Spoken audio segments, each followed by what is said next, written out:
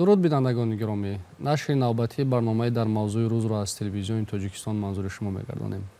мавзӯе ки имрӯз атрофи он суҳбат мекунем сиёсати хориҷии Тоҷикистон аст. албатта ҳар як давлате ки истиқлолиятро ба даст меорад ва ҳамчун субъекти комилҳуқуқ дар муносибатҳои байналмилалӣ эътироф мешавад, як равиши хоси дипломатии худро ба роҳ мемонад ва аз ҳамин равиш метавонад ки мавқеи худро, ҷойгоҳи худро дар арсаи байналмилалӣ муайян кунад.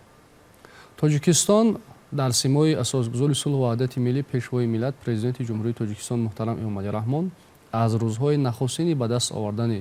соҳибистиқлолӣ, махсусан аз 29 сентябри соли 1993 пешвои миллат аз минбари Созмони Милали Муттаҳид ба аҳли ҷаҳон ҳадафҳои сиёсати сулҳҷӯёна доштани Тоҷикистонро эълон доштанд, изҳор доштанд ва ин маънои онро дорад ки ҳар субъекте ки дар ҳамин ҳошия, яъне дар ҳошияи фазои ҳамкории мусолиҳатомез дӯстона бо мо ҳамкорӣ мекунад, мо омодаем. Ва ҳамин сиёсат минбаъд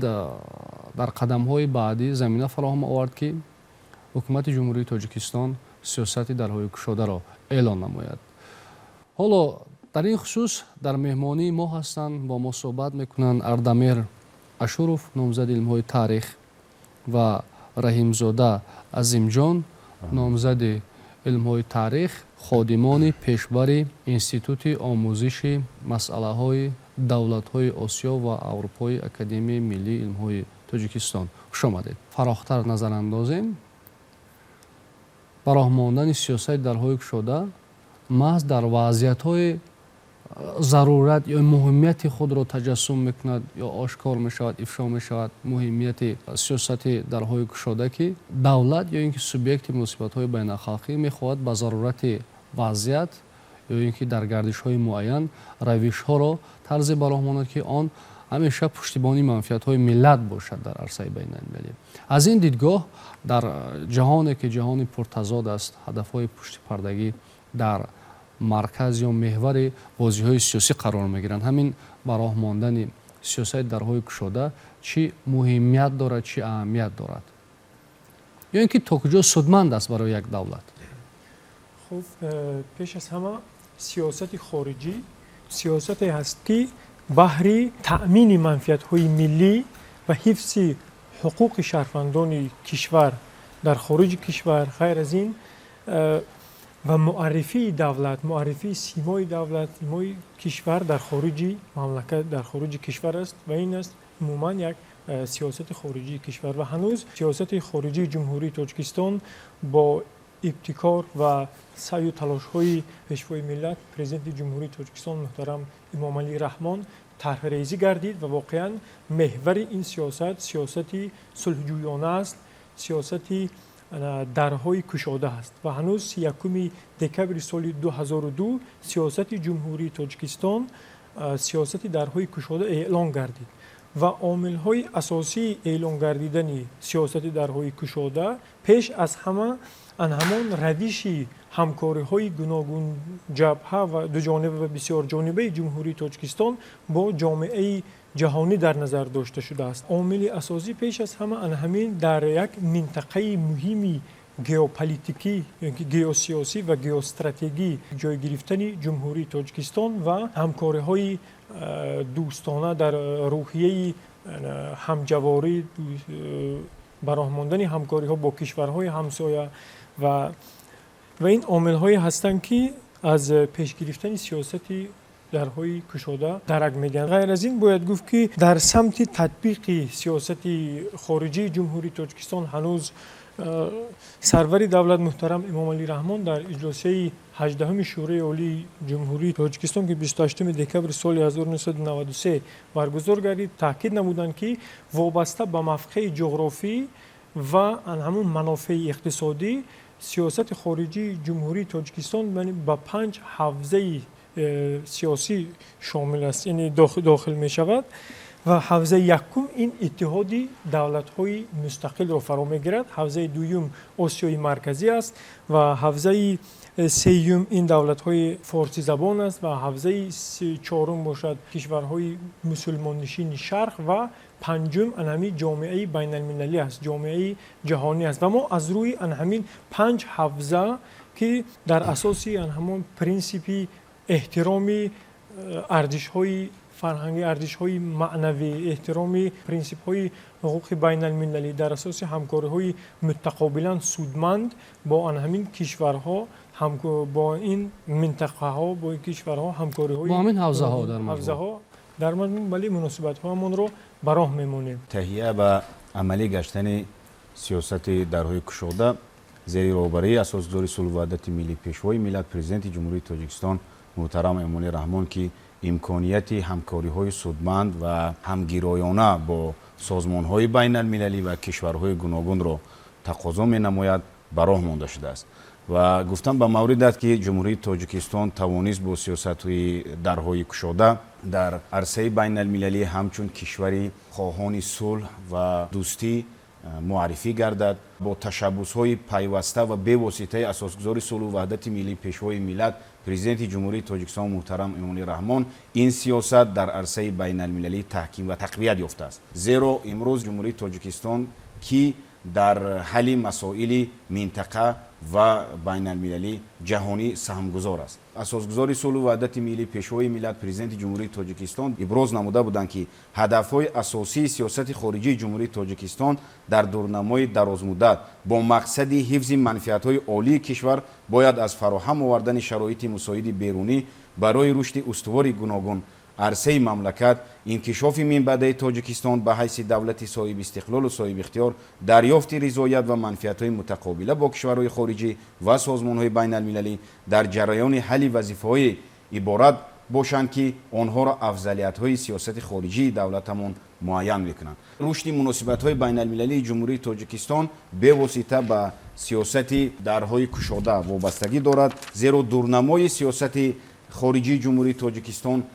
در حال رشد قرار دارد. این چنین گفتم به مورد است که در سیاست خارجی درهای گشوده را امروز میتوان گفت که در زمینه سیاست در ساحه آب یکی از جزئیات های مهم سیاست دولتی را تشکیل می نماید که جوهر مرکزی تامین زندگی شایسته و ارزنده برای جامعه می باشد. و در این ردیف جمهوری تاجیکستان سیاست درهای گشوده را پیگیرانه در عمل تطبیق نموده، ایجاد واسطه های ثمره بخش آن با به هم آوردن منفعت های ملی و کوشش های بین المللی متحد نمودن سعی و تلاش های همه دولت ها را برای آماده نمودن عکس العمل مناسب در برابر تهدید و خطرهای زمان معاصر امکان پذیر می شمارد. تشکر زیاد. جمهوری تاجیکستان در عرصه بین المللی واقعا یک کشوری است که یک نفوذی خاصه دارد، هم در منطقه و هم در عرصه بین المللی و هم در ساختارهای گوناگون منطقه و جهانی. و محض همین نفوذ کشوری ما، همین تشبسکار بودن کشوری ما با راه اندازی واقعا یک سیاست درست در سطح بین المللی است، یعنی سیاست خارجی است و سیاست خارجی درهای گشوده است و این امکان فراهم آورد که امروز ما توانستیم که ارزش‌های فرهنگیمان را، تاریخ و فرهنگ و زبانمان را در عرصه بین المللی معرفی نماییم. امروز ببینید یک در روند جهانی شوی و برخورد تمدن‌ها، یعنی جهان در پیش‌روی خطرهای نوی جهانی بسیار مرکب، روندهای گوناگون گئوسیاسی، روندهای مرکبی در جهان امروزه وجود دارند و برای همین امروز همین نگهداشت نفوذ کشور، نگهداشت همین ثبات سیاسی پیش از همه در منطقه آسیای مرکزی بسیار مهم ارزیابی می‌گردد. از جمله جمهوری تاجیکستان که یکی از کشورهای کلیدی در آسیای مرکزی محسوب می‌یابد و با همین نظرداشت نگهداشت همین سیاستی درهای گشوده این بسیار سریع و مهم است برای نگهداشت همین صلح، همین ثبات در اساس یک روحیه صلحجویانه و تحمل پذیری، از نگاه تحمل پذیری و مناسبت داشتن با کشورهای منطقه، با کشورهای اتحاد دولت‌های مستقل، با ساختارهای بین المللی، با کشورهای ابرقدرتی جهانی نگاه داشت، یعنی همین مناسبت در شکل متوازن امری واجب است و ضرور است. تشکر زیاد. این از устувории мавқеъгириҳо дар сиёсати хориҷӣ низ дарак медиҳад, яъне ки вобастагӣ дорад. Устувории мавқеъгирӣ дар муносибатҳо бо шарикон, бо дигар субъектҳои ҳуқуқи байналхалқӣ дар маҷмӯъ бо давлатҳои ҷаҳон аз харизма, аз фитрат, аз он зарфиятҳое ки табиӣ ҳастанд дар зоти пешвои миллат, лидери сиёсии як миллат, як давлат сахт марбут низ мебошанд. ва ҳамин аст ки имрӯз ҳам коршиносони сатҳи гуногун, ҳам сиёсатшиносон, ҳам ҳуқуқшиносон, ҳам созмонҳои байналмилалӣ, он давлатҳое ки Тоҷикистон бо онҳо ҳамкорӣ мекунад, дар симои пешвои миллат Тоҷикистонро ҳамчун як шарики боэътимод мешиносанд, эътироф мекунанд ва арш мегузоранд ба ташаббусҳои Тоҷикистон. пешвои миллат муҳтарам Эмомалӣ Раҳмон ҳангоми кушодани дидбонгоҳҳо дар шаҳри Тус изҳор доштанд, ки Тоҷикистон, нақши Тоҷикистон дар амният ва пойдории сулҳ дар минтақаи Осиёи Марказӣ нақши буферӣ аст. ҳар таҳдиде ки дар ҳамин минтақа ба вуҷуд меояд, аввал дар ҳамин ҳудуди муайяни ҷуғрофикӣ ба сифати минтақаи буферӣ баромад мекунад, он таҳдид бекор мешавад ё нарм мешавад ва таъсири манфии ин таҳдиду хатор ба дигар ҳамсоя кишварҳо камтар мешавад. Яъне нақши минтақаи буферӣ доштан дар ҳамин зоҳир мешавад. шумо ба ҳамин нукта чӣ шарҳ медиҳед, чӣ назар доред? албатта бо назардошти ҷойгир шудан дар як минтақаи бисёр бузурги стратегӣ ва ҷанбаҳои геосиёсӣ, геоиқтисодӣ, геофарҳангӣ дар сиёсати имрӯзаи ҷаҳони имрӯза мавқеъ ва нақши бисёр хоса дорад ва зарури ҳам дорад. амнияти минтақаи мо муайянкунандаи амнияти сатҳи ҷаҳонӣ аст, чунки вақти минтақае ки аст ки вай як дар як чорроҳае мавҷуд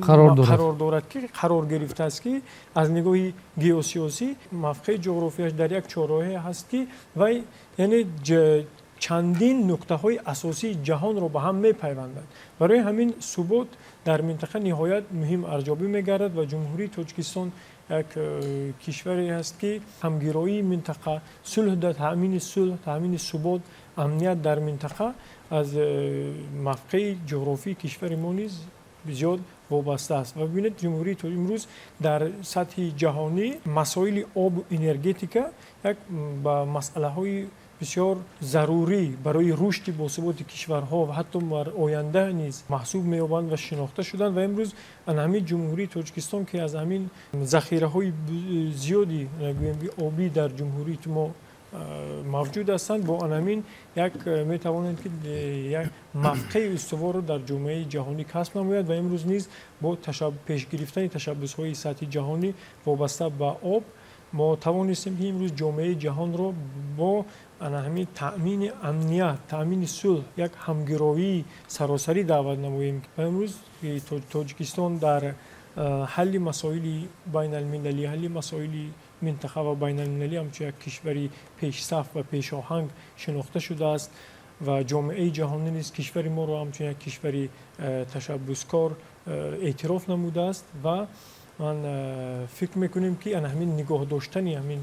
суботи сиёсӣ дар минтақа ва ҳамин ҳифзи арзишҳои маънавӣ, ҳифзи ҳамин забон, ҳифзи хусусан фарҳанги мо, тамаддуни мо, муқаддасоти миллию давлатӣ ва ҳамин сулҳ, ҳамин истиқлол, инҳо вазифаҳои бисёр умда дар назди давлати мо, дар назди ҳар як шаҳрванди ҷумҳурии Тоҷикистон ба ҳисоб мераванд. се шохаи бузург, ҷузъи бузург аст дар сиёсати хориҷии Тоҷикистон, ки муваффақияти ҷониби Тоҷикистонро дар ин самт возеҳ мекунад. якум ин ки Тоҷикистон бо ба роҳ мондани сиёсати сулҳҷона ва дарҳои кушода ва ҳамкорӣ дар ҳошияи шарикӣ бо эътимод ба ҳамаи давлатҳо, дигар пояҳо бо субъектҳои ҳуқуқи байналхалқӣ, созмонҳову давлатҳо, Тоҷикистон ҳамчун кишвари амн эътироф шудааст. яке аз амнтарин кишварҳои дунё. ва бубинем ки шаҳри Душанбе ҳанӯз соли 2002 аз ҷониби Созмони Милали Муттаҳид ва Институти фарҳангии он ЮНЕСКО ба ҷоизаи шаҳри сулҳ сазовор дониста шуд. дуюм музаффарият ё дуюм унсур ё шохае ки музаффарият ва муваффақияти Тоҷикистонро дар сиёсати хориҷӣ возеҳ мекунад, нишон медиҳад, ин ташаббусҳои Тоҷикистон аст. яъне вақте ки ҳамчун кишвари ором, ҳамчун кишвари сулҳхоҳ, ҷонибдори амният на танҳо барои худ, балки барои минтақа ва тамоми ҷаҳон эътироф шуд, ташаббусҳои ҷониби Тоҷикистон мавриди таваҷҷӯҳи ҷомеаи ҷаҳон қарор гирифтанд ва дар асоси қаъдномаҳои муайяни Созмони Милали Муттаҳид татбиқи амалӣ гирифтанд. ва сеюм дастоварде ки аз муваффақияти сиёсати хориҷии Тоҷикистон дарак медиҳад, ин пазируфта шудани мероси моддӣ ва маънавии миллати тоҷик, миллати тамаддунофари тоҷик ба ҳайси мероси умумбашарӣ аст, ки пешвои миллат дар паём аз 28 декабри соли 2023 изҳор доштанд, ки танҳо дар соли 2023 15 номгӯи мероси моддӣ ва маънавии миллати тоҷик ҳамчун мероси умумбашарӣ дар ҳамин феҳрист пазируфта шуд ва воқеан ин аз дастовардҳои сиёсати хориҷии Тоҷикистон ҳастанд. Хуб, меравем сари ҳамон масъалае ки имрӯз ҷомеаи ҷаҳон Тоҷикистонро яке аз кишварҳои амтарини сайёра эътироф мекунад. ва ин албатта аз мавқеъгириҳо дар муносибатҳо, аз он гуна ки изҳор шуд, аз мавқеи ҷуғрофӣ бо назардошти саҳнаи сиёсати ҷаҳонӣ шаҳодат медиҳад, гувоҳ аст. хуб, биёед дар ҳамин росто суҳбат кунем ки воқеан дастоварди бузурги мо, аз аввалин дастовардҳои бузурги мо дар сиёсати хориҷӣ ҳамин таъмини амният ва оромӣ аст. ҷумҳурии Тоҷикистон имрӯз бо назардошти ҳамин як мавқеи муҳими стратегӣ ва геосиёсӣ ҳамчун як кишвари бо амн, ки дар он воқеан суботи сиёсӣ побарҷост, эътироф гардидааст ва шинохта шудааст. ва мин баъд низ ана ҳамин нигоҳ доштани ҳамин суботи сиёсӣ, ана ҳамин амнияти минтақа аз ҳамкориҳои ҷумҳурии Тоҷикистон бо дигар кишварҳо, бо сохторҳо, бо кишварҳои ҳамсоя, бо ҳамон ҳавзаҳое ки номбар кардем, бо ан ҳамин ҳавзаҳо аз ҷумла бо созмонҳои минтақавию байналмилалӣ, бо дигар кишварҳо вобаста аст ва ан ҳамин нигаҳдошту пешбурди ан ҳамин сиёсати дарҳои кушода воқеан барои кишвари мо бисёр як сиёсати хуб, мантиқӣ, сиёсати воқеъбинона, сиёсати дурбинона ва як сиёсати некхоҳона ҳаст. ин сиёсате ҳаст, ки дар маркази ин сиёсат ҳамон арзишҳои маънавию фарҳангӣ, ин сиёсате аст, ки аз ҳамон асолати тарихии мо бармеояд, ки мо воқеан як миллати сулҳхоҳ ҳастем, миллати некбин ҳастем, миллати таҳаммулгаро ҳастем, ки имрӯз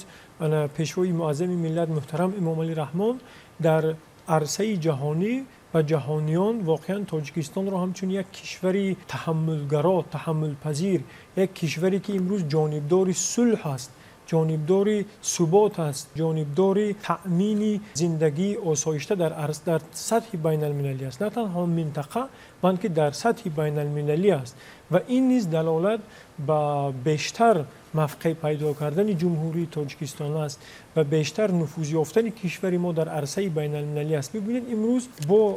ташаббусҳои пайгирона ва созандаи пешвои миллат тавонистем ки як дар давраи навини давлатдорӣ арзишҳои маънавию тарихӣ ва фарҳангиамонро эҳё созем. дар ин марҳила кишвари воқеан босубот аст, кишвари воқеан устувор аст ва имрӯз ин чизро мо дар арсаи байналмилалӣ муаррифӣ карда тавонистем. тоҷикон ки дорои таъриху фарҳанги бузург ҳастанд, пас имрӯз яке аз ҳамон гӯем ки иқтидори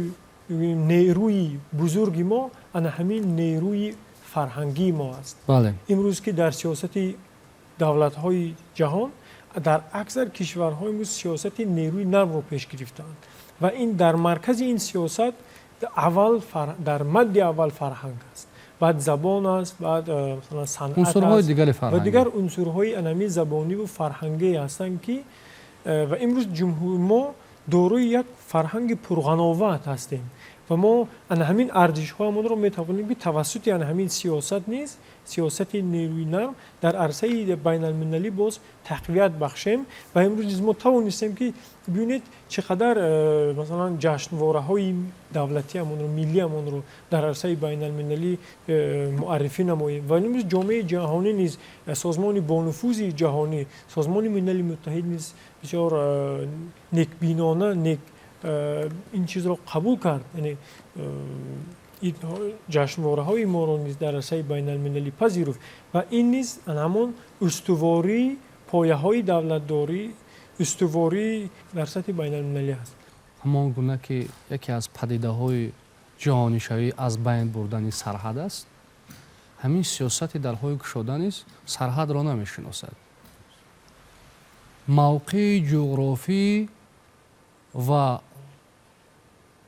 منصوبیت اعتقادی را نمیداند، نمیشناسد، به منظوری که با همه یک مرام یک نواخت میخواهد همکاری کند، در صورتی که موقع گیری ها بعضا با هدف های بزرگ یک ملت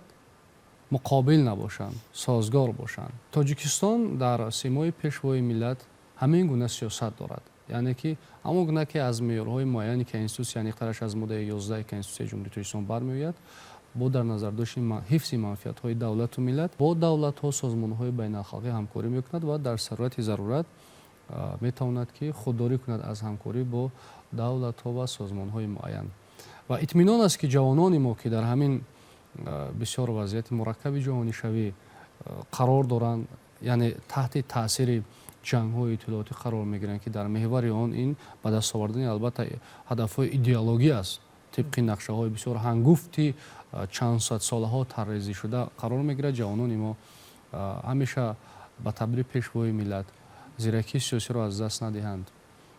همیشه تحمل را انتخاب کنیم و این تحمل ما البته از دیدگاه بصیرت بلند، خردی والا باشد و اطمینان است که باز هم در عرصه بین المللی نفوذ تاجیکستان بالا می رود و پرچم تاجیکستان همیشه پرافشانی میکند همچون یک دولت امن، آرام و صاحب استقلال. برای صحبت تشکر زیاد. بینندگان گرامی یادآور میشویم که همصحبت ما بودند اردمیر اشوروف نامزد علم‌های تاریخ، رحمانزاده عظیمجان نامزد علم‌های تاریخ، خادمان پیشبر اینستیتوت آموزش مسئله‌های دولت‌های آسیا و اروپای اکادمی ملی علم‌های تاجیکستان. صحبت ما در اینجا به پایان میرسد. برنامه‌های دیگر تلویزیون تاجیکستان ادامه دارند.